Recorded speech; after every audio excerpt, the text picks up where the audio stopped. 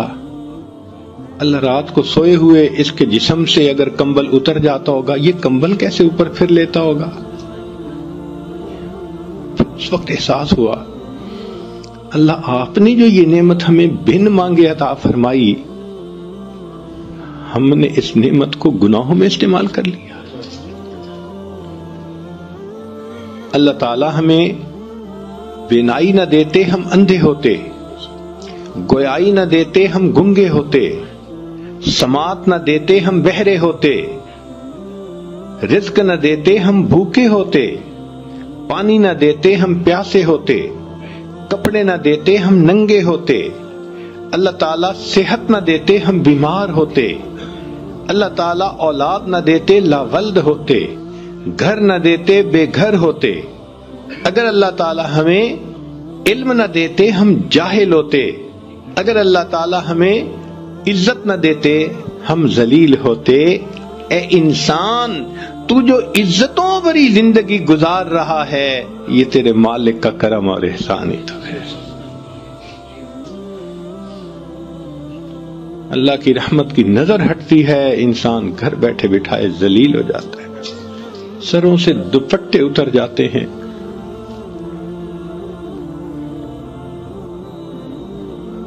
اللہ اکبر کبیرہ۔ ایک وقت ہوتا ہے مٹی کو ہاتھ لگائے سونا بنتی ہے، اور جب دن پلٹتے ہیں پھر کہتے ہیں حضرت آج تو سونے کو بھی ہاتھ لگائیں تو مٹی بن جاتا ہے۔ تو ہم اللہ تعالیٰ کی نعمتوں پر غور کریں تو اللہ تعالیٰ کی محبت ہم دل میں بڑھ جائے گی۔ اللہ تعالیٰ کی نشانیوں پر غور کرنے سے یقین بڑھتا ہے، نعمتوں پر غور کرنے سے اللہ تعالیٰ کی محبت بڑھتی ہے، اور اللہ کے وعدوں پر غور کرنے سے اعمال کرنے کی رغبت بڑھ جاتی ہے۔ ہمیشہ اللہ کے وعدے سچے، ہمیشہ سچے۔ قرآن مجید میں اللہ تعالیٰ نے ایک واقعہ بیان کیا ہے، وَأَوْحَيْنَا إِلَىٰ أُمِّ مُوسَىٰ أَنْ أَرْضِعِيهِ، اور ہم نے وحی کی موسیٰ علیہ السلام کی والدہ کی طرف کہ تو اپنے بیٹے کو دودھ پلا، فَإِذَا خِفْتِ عَلَيْهِ، اور اگر تجھے بیٹے کے بارے میں ڈر لگے کہ اس کو پولیس والے پکڑ کے لے جائیں گے، قتل کر دیں گے، فَأَلْقِيهِ فِي الْيَمِّ، تو تم اپنے بیٹے کو دریا میں پھینک دینا، فَلْيُلْقِهِ الْيَمُّ بِالسَّاحِلِ، پھر یہ تیرا بیٹا دریا اس کو کنارے پر لگا دے گا، ساحل پہ لگے گا، مگر یاخذہ عدو لی و عدو اللہ، اس کو وہ بندہ پکڑے گا جو بچے کا بھی دشمن، اللہ فرماتے ہیں میرا بھی دشمن، مگر ساتھ کہہ دیا ولا تخافی ولا تحزنی، تم نے خوف زدہ بھی نہیں ہونا، تم نے غم زدہ بھی نہیں ہونا، انا رادوہ الیک، ہم اسے تمہارے پاس واپس لوٹائیں گے، وجاعلوہ من المرسلین، اور ہم اس کو رسولوں میں سے بنائیں گے۔ اب اللہ رب العزت نے ایک خاتون کے ساتھ، عورت کے ساتھ ایک وعدہ فرمایا۔ آپ جانتے ہیں کہ عورت کتنی کمزور دل ہوتی ہے، اور پھر اپنے بیٹے کے بارے میں کتنی سینسیٹیو ہوتی ہے۔ جنگل کا سفر کرے نا تو بتاتے ہیں کہ بھئی وہاں اگر کسی فیمیل کے ساتھ بچہ ہو تو وہ بہت زیادہ کیئرفل ہوتی ہے، قریب نہیں آنے دیتی کسی کو۔ اگر ایک عام جاندار بچے کے بارے میں اتنا سینسیٹیو ہے تو انسان ہے۔ تو ماں کا دل بچے کے بارے میں تو بہت ہی زیادہ نازک ہوتا ہے۔ اس بچے کے بارے میں اللہ فرما رہے ہیں کہ تو اس کو دریا میں ڈال دینا۔ اب عقل کہتی ہے یا اللہ، آپ نے اگر اسے رسولوں میں سے بنانا ہے تو میں کسی غار میں چھوڑ آتی ہوں، میں اس کو چھت کے اوپر سلا دیتی ہوں، کسی کو پتہ ہی نہ چلے۔ نہیں، اللہ تعالیٰ بندے کے مشاہدے کو توڑتے ہیں، دیکھتے ہیں کہ اس کو میرے وعدوں پہ یقین ہے یا نہیں، اس لیے فرمایا تو نے اسے پانی میں ڈالنا ہے۔ عقل کہتی ہے کہ پانی میں ڈالنے کے لیے مجھے ایک بکسا بنانا پڑے گا، اگر اس میں نے سانس لینے کے لیے سوراخ چھوڑے کہ ہوا جائے تو ان سوراخوں سے پانی اندر جائے گا، بچہ ڈوب کے مر جائے گا۔ اگر اس کو واٹر ٹائٹ بنایا تو وہ ایئر ٹائٹ بھی ہو جائے گا اور بچہ دم گھٹ کے مر جائے گا۔ عقل کہتی ہے تیرا بچہ بچ نہیں سکتا، مگر حکم خدا ہے دریا میں ڈالو۔ یہ ایک ٹیسٹ ہے، یہ ایک امتحان ہے، اور امتحان بھی ماں کا بچے کے بارے میں۔ کتنا کمزور دل ہوتا ہے، مگر وہ خاتون اللہ کے وعدے پر یقین رکھتی تھی، بھروسہ رکھتی تھی۔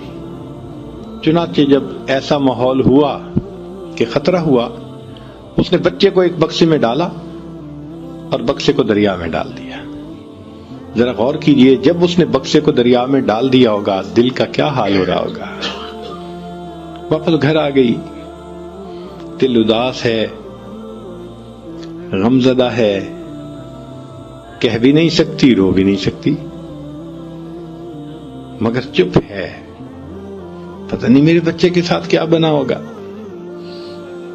اب ادھر اللہ تعالیٰ نے اس بچے کو کنارے تک پہنچا دیا۔ فرعون اپنی بیوی کے ساتھ وہاں پر چہل قدمی کر رہا تھا، تو اس کے ساتھ اس کے غلام تھے، انہوں نے بکسا دیکھا، پکڑا، لا کے پیش کر دیا۔ اس نے کہا کھولیں۔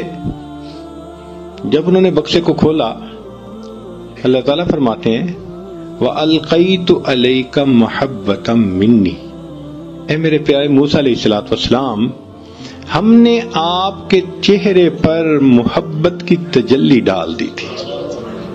ایک تو بچہ ویسے ہی خوبصورت ہوتا ہے بچپن میں، تو اللہ فرماتے ہیں کہ ہم نے محبت کی تجلی، تو مفسرین نے لکھا اتنا خوبصورت چہرہ تھا، چمکتا چہرہ تھا کہ بچہ تو ڈائمنڈ کی طرح، ایک معصومیت، اوپر سے خوبصورتی۔ تو اس کو دیکھتے ہی فرعون کی بیوی اپنا دل دے بیٹھی، کہنے لگی لا تقتلوہ، اسے قتل نہیں کرنا، عسیٰ ان ینفعنا او نتخذہ ولدا، ہم اس کو اپنا بیٹا بنائیں گے، ہم اس سے نفع پائیں گے۔ اب جب بیوی نے کہہ دیا تو فرعون جو ہزاروں بچوں کو قتل کروا چکا تھا کہنے لگا ٹھیک ہے، اگر تم کہتی ہو تو میں ایسا نہیں کرتا۔ اب یہ آیت پڑھ کے ہم عورتوں کو کہتے ہیں کہ تم کہتی ہو خاوند نہیں سنتا، وہ تو بڑے بڑے فرعون سنا کرتے تھے، بیوی کی کون نہیں سنتا ہے؟ تو وہاں پر بیوی نے کہہ دیا لا تقتلوا، اس کو قتل نہیں کرنا، ہم بیٹا بنائیں گے۔ تو فرعون نے دین اینڈ دیئر ڈیسیژن لے لیا، ہم نے اسے قتل نہیں کرنا، ہزاروں کو قتل کروا چکا ہے۔ دیکھو اللہ نے کیسے بچے کو بچایا۔ اب جب بیٹا بنا لیا ہوا یہ تھا کہ اس کے ذہن میں یہ بات گئی تھی فرعون کے کہ جب اس بچے کو بیٹا بنا کے اپنے گھر میں میں پالوں گا تو یہ مجھ سے کیوں تخت و تاج چھینے گا، یہ تو میرا وفادار ہوگا، لہذا چلو میں اس کو قتل نہیں کرواتا۔ اب اس نے کہا کہ بچے کو لے کے چلو۔ اس زمانے میں یہ فیڈر کی مائیں نہیں ہوتی تھیں، عورتیں ہی بچے کو دودھ پلا سکتی تھیں، تو بچے کو دودھ پلانے کا وقت آ گیا۔ ایک عورت دودھ پلاتی ہے، بچہ نہیں پیتا۔ اللہ تعالیٰ فرماتے ہیں وَحَرَّمْنَا عَلَيْهِ الْمَرَاضِعَ مِنْ قَبْلِ، ہے میرے پیارے موسیٰ علیہ السلام، ہم نے ان کے اوپر عورتوں کے دودھ کو پہلے ہی حرام کر دیا تھا، یعنی وہ سوٹ نہیں کرتا تھا اس بیبی کو، لہذا جو عورت آتی دودھ فیڈ کرتی وہ نہیں پیتا، دودھ فیڈ کرنے لگتی وہ بچہ نہیں لیتا۔ تو فرعون نے کہا کہ بھائی ذرا اعلان کرو کہ جتنی بھی عورتیں دودھ پلانے والی ہیں وہ آئیں اور ذرا آ کے دیکھیں۔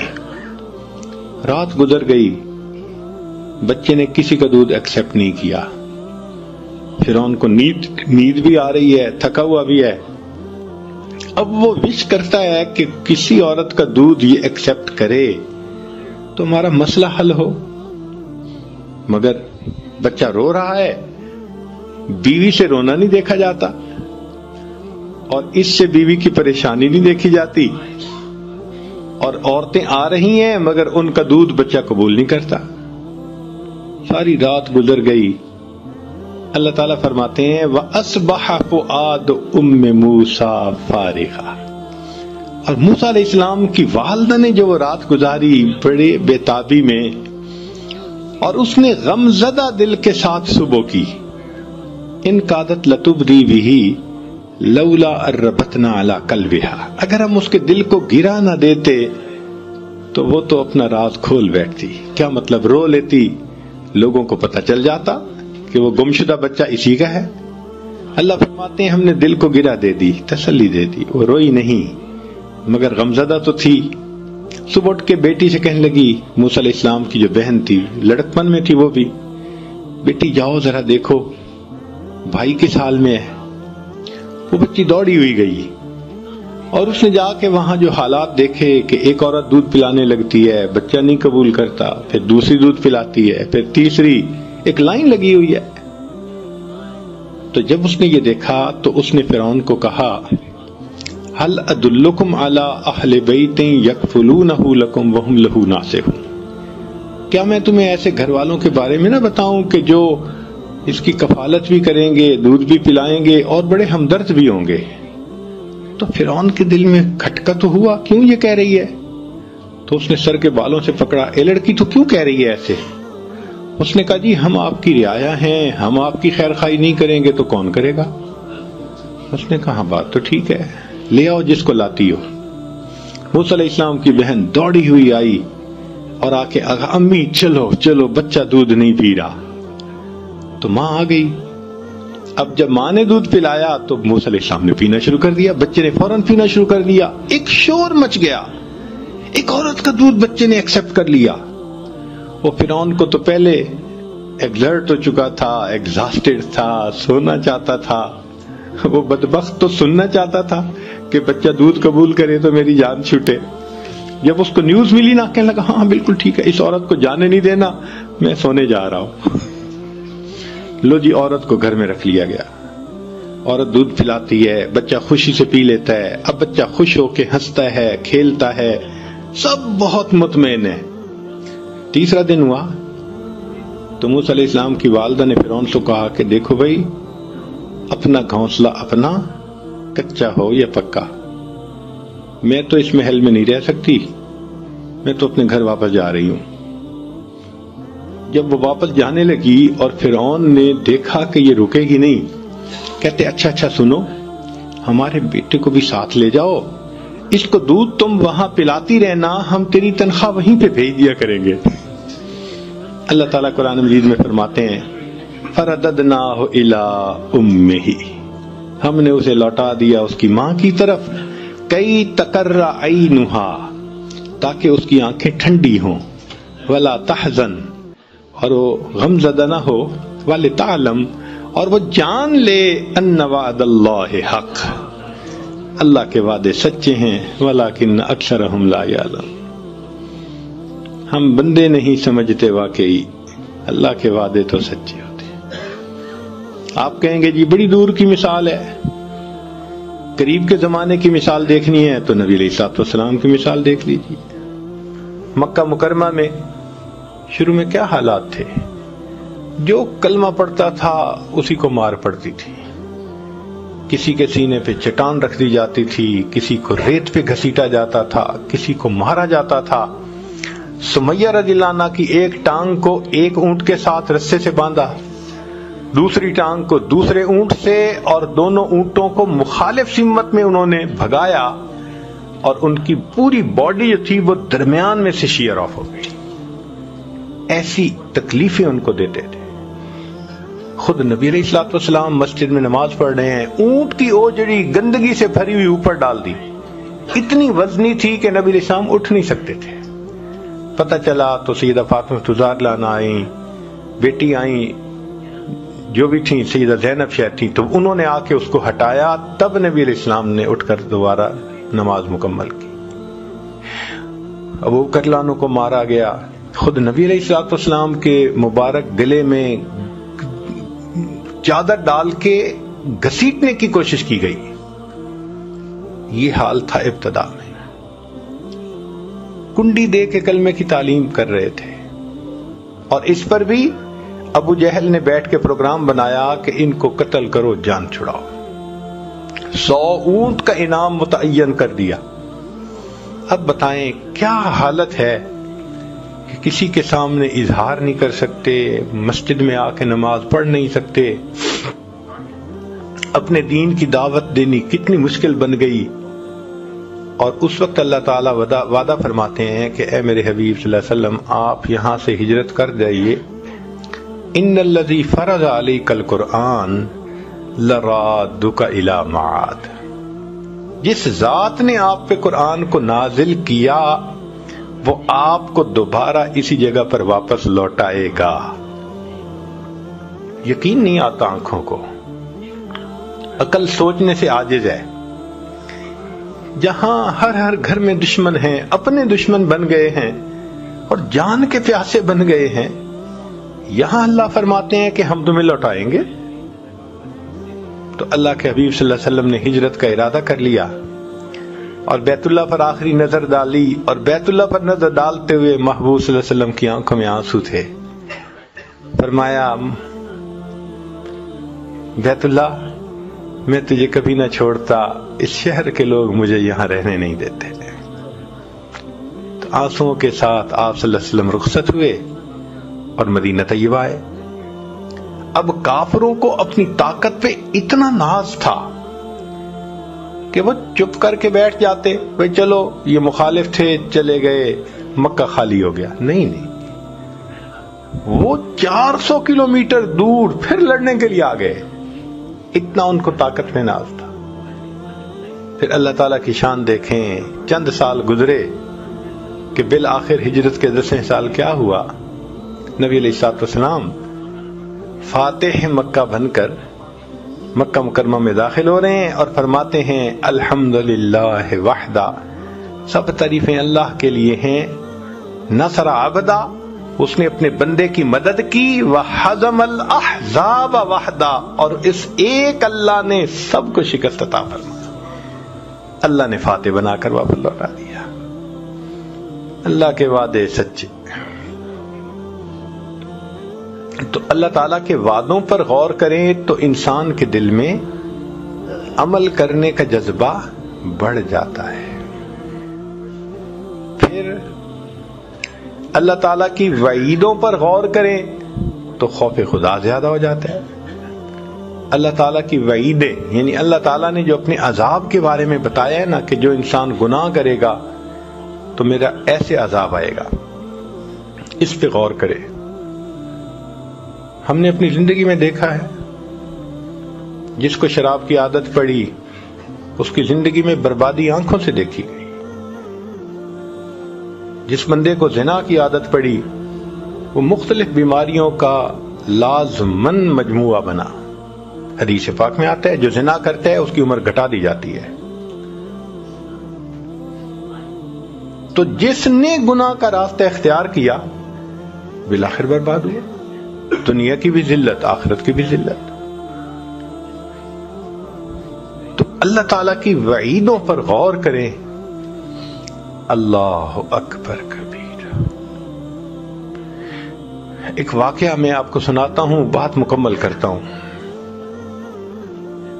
ایک گزٹڈ آفیسر 22 گریڈ کا آدمی، سیکٹری لیول کا، منسٹر کے ساتھ جو کام کرتے ہیں، بڑے اختیارات ہوتے ہیں ان کے، اور وہ اگر رشوت لینے والے ہوں تو پھر ان کے پاس ملینز ہوتے ہیں.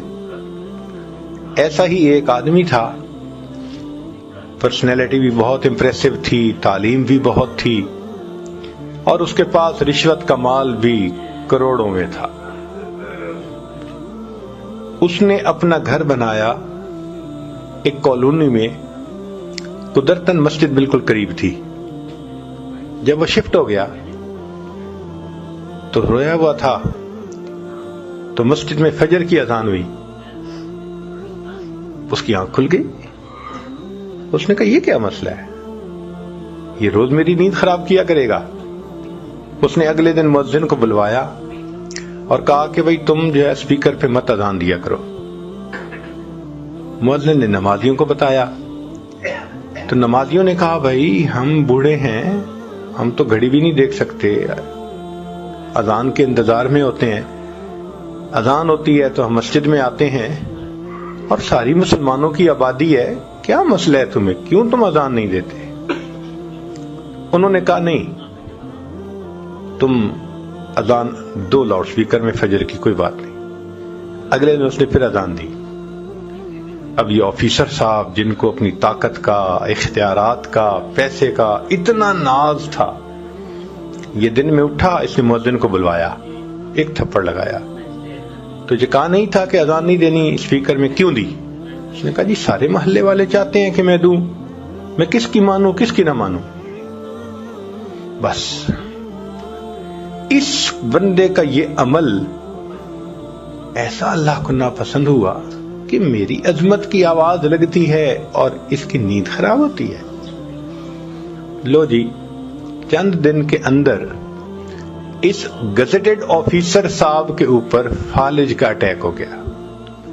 دونوں ہاتھ یوں. اب جب دونوں ہاتھ بیکار ہو گئے تو دفتر والوں نے بھی چھٹی کرا دی کہ جی آپ سک لیو پہ جائیں، اگر ٹھیک ہو گئے تو آئیں، ورنہ پھر ختم. 1 سال علاج کرتا رہا، کوئی فائدہ نہ ہوا. تو دفتر والوں نے کہا کہ بھئی آپ اپنی ریٹائرمنٹ لے لیں بینیفٹس کے ساتھ. پیسے تو مل گئے بہت سارے، مگر دولت تو چلی، نوکری تو چلی گئی. اب جب گھر آ گیا تو اللہ کی شان کے فالج کا پھر اٹیک ہوا اور دونوں پاؤں بھی اسی طرح معذور ہو گئے. پاؤں سے بھی معذور، ہاتھوں سے بھی معذور. سارا دن گھر میں ہے. طبیعت تو بڑی افسرانہ تھی، اب کبھی بیوی کو ڈانٹتا ہے، کبھی بچے کو، یہ نہیں کر رہے وہ نہیں کر رہے، تو گھر والے بھی خدمت کر کر کے پریشان. ایک دن بیوی کو جو ڈانٹا، اس نے کہا دیکھیں میں تمہاری خدمت کر کر کے صحت خراب کر چکی ہوں، مگر تمہاری زبان سے کبھی شکریہ کا لفظ تو نہیں نکلا، ذرا سی بات پہ تم بے جا گالیاں نکالتے ہو. اب اگر تم نے مجھے گالیاں نکالی نا تو میں امی ابو کے گھر چلی جاؤں گی. اس نے اور گالیاں نکالی، وہ بچوں کو لے کے گھر چلی گئی اکیلا. اس نے اپنے بھائی کو پیغام بھیجا کہ بھئی بیوی تو مجھے چھوڑ کے چلی گئی، تو تم جو ہے میرے کیئر ٹیکنگ کرو. تو بھائی نے اسے اپنے گھر بلوا لیا. بھائی کی بیوی بچے وہ سب اس کی خدمت کرتے، مگر طبیعت تو بگڑی ہوئی تھی نا، شاہانہ طبیعت تھی، افسرانہ طبیعت تھی. غصہ کرنا، ڈانٹنا، گالی نکالنا وہ تو معمول تھا. وہاں بھی اس نے یہی حساب کیا. تو ایک دن بھائی کی بیوی کو جو گالی نکالی تو اس نے اپنے خامن سے کہا کہ یا اسے گھر میں رکھ لو یا پھر مجھے رکھ لو. تو بھائی نے کہا کہ بھائی دیکھو، میں نے آپ کو منع کیا تھا کہ یہ آپ کی خدمت کر رہے ہیں، میرے بیوی بچے، تو تم بجائے اس کے کہ ان کا احسان مانو اور ان کے ساتھ اچھا سلوک رکھو، تم ایسے ڈانٹتے ہو جیسے معلوم نہیں انہوں نے کیا جرم کر لیا. اس نے بھائی کو بھی ڈانٹنا شروع کر دیا، تم زن مرید بن گئے ہو، تم فلاں ہو گئے ہو. جب بچوں نے دیکھا کہ ہمارے ابو کو ڈانٹ رہے ہیں تو وہ تو نہیں سن سکتے تھے. لو جی، انہوں نے اس کی چارپائی سے اس کو اٹھایا اور باہر لا کر سڑک کے کنارے ڈال دیا کہ تو جان اور تیرا کام جانے. اب ہاتھ بھی کام نہیں کرتے، پاؤں بھی کام نہیں کرتے، اس کے پاؤں دونوں سینے کے ساتھ لگے ہوئے ہیں، ہاتھ بھی سینے کے ساتھ لگے ہوئے ہیں، زندہ لاش ہے ایک طرح سے، سڑک کے کنارے پڑا ہے. رات تو گزر گئی، صبح ہوئی تو بھوک بھی بہت لگی ہوئی ہے. اب سوچ رہا ہے کہ میں کیا کروں، کوئی ہے بھی نہیں. جب بہت بھوک لگی، اللہ کی شان کہ جو 7 لوگ گزر رہے تھے نا پیدل، ان سے اس نے بھیک مانگنی شروع کر دی. اللہ کے نام پہ مجھے کچھ دے دو، اللہ کے نام پہ مجھے کچھ کھلا دو. جس اللہ کا نام سن کے یہ کہتا تھا میری نیند خراب ہوئی، آج اسی اللہ کے نام کی بھیک مانگ رہا ہے، سڑک پہ پڑا ہوا. ایک نوجوان گزرا، اس نے اس کو 10 روپے دیے. کہتے میں 10 روپے کو کیا کروں، نہ میرے ہاتھ کام کرتے ہیں نہ پاؤں کام کرتے ہیں، آپ مجھے پلیز کہیں سے کھانا لا کے کھلائیں. اس نے کہا میرے پاس تو اتنی فرصت نہیں، میں تو اسکول پہنچنا ہے. اور آدمی گزرا، تیسرا گزرا. ایک نے کہا اچھا میں تمہارے لیے کھانا لاتا ہوں، روٹی لا کے دیتا ہوں. وہ گیا اور قریب والے ہوٹل سے روٹی اس نے خریدی اور روٹی خرید کر اس کو دی. اس نے کہا مجھے کھلائیں. اس نے کہا میرے پاس اتنا ٹائم نہیں ہے، میں نے لا کے دے دی ہے، اب تو خود کھائیں. کہنے لگا میں تو کھا نہیں سکتا. اس نے کہا جی میں یہاں رکھ دیتا ہوں. کہنے لگا رکھو نہیں، مجھے دے دو. اب ہاتھ بند تھے، ہاتھ میں روٹی لے نہیں سکتا تھا. یہ پاؤں جو اس نے یوں سینے پہ آیا ہوا تھا فالج کی وجہ سے، پاؤں کے انگوٹھے اور انگلی کے درمیان اس نے روٹی کو پکڑا اور جس طرح کتا پاؤں میں روٹی کو پکڑ کے منہ سے نوچتا ہے، اس طرح نوچ نوچ کے روٹی کو کھانے لگا. اللہ اکبر کبیرہ. جس کو اپنے حسن پہ ناز تھا، دولت پہ ناز تھا، اختیارات پہ ناز تھا، اتنا نافرمان بن گیا کہ اللہ کا نام سنتا ہے تو کہتے ہیں میری نیند خراب ہوتی ہے. آج سڑک پہ پڑا ہوا ہے، پوچھنے والا کوئی ہے نہیں، نہ گھر ہے نہ در ہے، اللہ کے نام کی بھیک مانگتا ہے، اور اگر کوئی روٹی دیتا ہے تو پاؤں سے پکڑ کے منہ سے روٹی کو نوچ نوچ کے کھا رہا ہے. اللہ تعالیٰ جب بندے سے ناراض ہوتے ہیں پھر تگنی کا ناچ نچا دیتے ہیں. تو اللہ تعالیٰ کی وعیدوں پر غور کرنے سے پھر انسان کے دل میں خوف آ جاتا ہے. تکبر نہیں کرنا چاہیے، بڑائی نہیں دکھانی چاہیے، دوسروں کو تکلیف نہیں دینی چاہیے، پھر انسان گناہوں سے بچ جاتا ہے. تو 5 باتیں آج آپ کی خدمت میں پیش کرنی ہے. پہلی بات، اللہ کی نشانیوں پر غور کرنے سے یقین بڑھتا ہے. اللہ تعالیٰ کے نعمتوں پر غور کرنے سے اللہ کی محبت بڑھتی ہے. اللہ تعالیٰ کے وعدوں پر غور کرنے سے اعمال کی رغبت بڑھ جاتی ہے، اور اللہ کے وعیدوں پر غور کرنے سے اللہ کا خوف دل میں بڑھ جاتا ہے. اور آخری چیز، اپنے گناہوں پر غور کرنے سے ندامت کا احساس زیادہ ہو جاتا ہے. ہم اگر دیکھیں ہم نے کیا کیا گناہ کیے اور رب کریم نے نقد سزا تو نہیں دی، پھر ہمارے گناہوں کو چھپایا، اور گناہوں کے باوجود اللہ نے لوگوں کی زبانوں سے پھر تعریفیں کروائیں. اللہ آپ کتنے حلیم ہیں، کتنے کریم ہیں. اللہ اکبر. ہم گناہوں پہ گناہ، گناہوں پہ گناہ. اللہ رزق بھی دے رہے ہیں، صحت بھی دی ہوئی ہے، نعمتیں بھی دے رہے ہیں، عذاب کو بھی ٹال دیا. اللہ اکبر کبیرہ. واقعی ہمیں چاہیے کہ ہم اپنے گناہوں کے بارے میں سوچیں اور اپنے گناہوں پہ نادم اور شرمندہ ہوں. بکری اپنے مالک کی زیادہ وفادار. وہ گھاس کھا رہی ہوتی ہے نا تو بکری چرانے والا دور سے آواز کرتا ہے اور بکری گھاس کھانا چھوڑ دیتی ہے. بکری نے مالک کی آواز پر گھاس کھانا چھوڑ دیا. ہم نے اپنے رب کے کہنے پہ گناہ کرنا تو نہیں چھوڑے. جانور سے بھی گئے گزرے بن گئے. ڈاکٹر کے مشورے سے مریض حلال غذائیں چھوڑ دیتا ہے. جی مجھے کریم چیزیں نہیں کھانی، جی مجھے ہائی کولیسٹرول چیزیں نہیں کھانی، جی مجھے یہ میٹ نہیں کھانا، فلاں نہیں کھانا. ڈاکٹر کے کہنے پہ اگر مریض کھانے چھوڑ دیتا ہے، اللہ کے کہنے پہ ہم حرام چیزوں کو کھانا کیوں نہیں چھوڑ؟ حرام چیزوں کو پینا کیوں نہیں چھوڑ سکتے؟ جانوروں سے بھی گئے گزرے بن گئے. تو انسان نیکی کرے تو اللہ کی مدد آئے گی، گناہ کرے تو پھر اللہ کی طرف سے پکڑ آئے گی. اس لیے حضرت مفتی منشفی رحمۃ اللہ علیہ نے ایک عجیب بات لکھی ہے. فرماتے ہیں کہ اے انسان تو جتنا چاہے گناہ کر، اے انسان تو جتنا چاہے گناہ کر، اگر اللہ نے تیری اسی زندگی کو جہنم نہ بنا دیا تو یاد رکھنا. اور واقعی ایسا ہوتا ہے. ہم دیکھتے ہیں جو گناہوں میں پڑتے ہیں نا، ایسا الجھتے ہیں کہ اپنی زبان سے کہتے ہیں جی اس جینے سے تو مر جانا بہتر ہے، اب تو مر جاتا تو اچھا تھا. تو پھر کیا بہتر نہیں کہ ہم گناہوں کو ہی چھوڑ دیں تاکہ اللہ کی مدد ہمارے ساتھ آ جائے.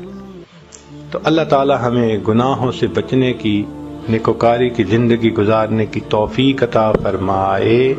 وآخر دعوانا ان الحمد للہ رب العالمین.